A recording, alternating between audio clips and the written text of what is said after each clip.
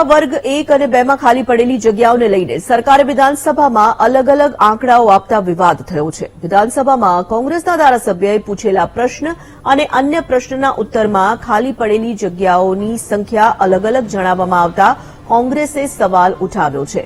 કોંગ્રેસનો આરોપ છે કે સરકારે પ્રશ્ન 1ના જવાબમાં ક્લાસ 1ની 33 અને ક્લાસ 2ની 440 જગ્યાઓ ખાલી હોવાનું જણાવ્યું। જોકે સવાલ નંબર 62માં એ જ સવાલમાં આંકડા બદલાઈ ગયા। સરકારે સવાલ નંબર 62માં ક્લાસ 1ની 439 અને ક્લાસ 2ની 1020 જગ્યાઓ ખાલી હોવાનું જણાવતા વિવાદ થયો। શિક્ષણ વિભાગમાં ખાલી પડેલી જગ્યાઓને લઈને વિસંગતતાઓને લઈને કોંગ્રેસે સરકાર પર અધિકારી રાજ ચાલી રહ્યું હોવાનો આરોપ લગાવ્યો। પ્રશ્ન નંબર 1 અને પ્રશ્ન નંબર 62 બંનેની અંદર અલગ અલગ માહિતી આપવામાં આવી છે। એની અંદર બતાવ્યું છે કે ગુજરાત શિક્ષણ સેવા વર્ગ 1ની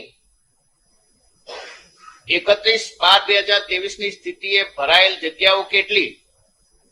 તો 62 નંબરના મારા પ્રશ્નની અંદર પૂછ્યું છે, એમને જવાબ આપ્યો છે કે ભરાયેલ જગ્યાઓ 59 છે અને ખાલી જગ્યાઓ 439 છે।